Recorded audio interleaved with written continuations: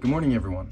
For those of you who do not know me, I am Midshipman 4th Class Frost, and I am a Stonebridge School alumni for the class of 2023. I graduated Stonebridge in early June and then quickly began basic training, formerly known as Plebe Summer, at the United States Naval Academy later that month. For those of you not as familiar with the academies, Plebe Summer is a required training where we are stripped away of all technology and communications with the outside world, aside from letters home and received and 3 phone calls during this 8-week period. As you can see, I survived Plebe Summer and now in the first AC year of the academy. Today I was asked to talk about how Stonebridge has helped prepare me for the Naval Academy. Some of you may know what life is like at the academies. It's full of ups and downs, trials and tribulations, and some fun. Obviously, Stonebridge helped prepare me academically, and thanks to being born into the family I was, physically, I was definitely prepared. But what I struggled with the most during Plebe Summer was definitely being very lonely, especially with the lack of communication. And that is where I feel Stonebridge helped prepare me the most.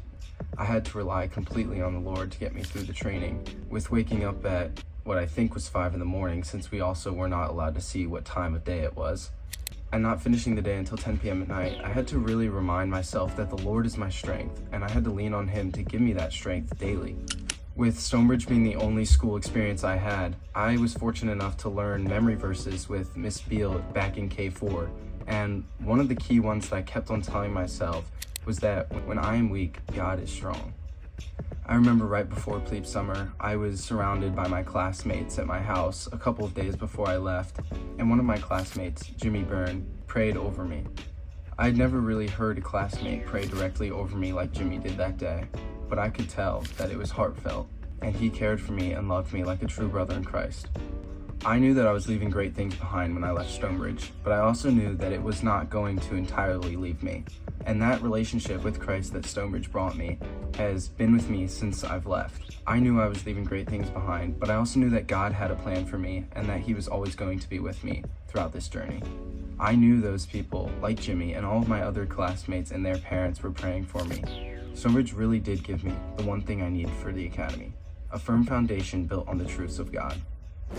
I know there are many active duty in the Assembly Hall today.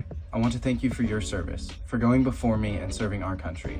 I'm grateful to now be serving alongside you in many different ways. And I want to leave you with one more thing, an apology to my grandfather since he's a West Point grad.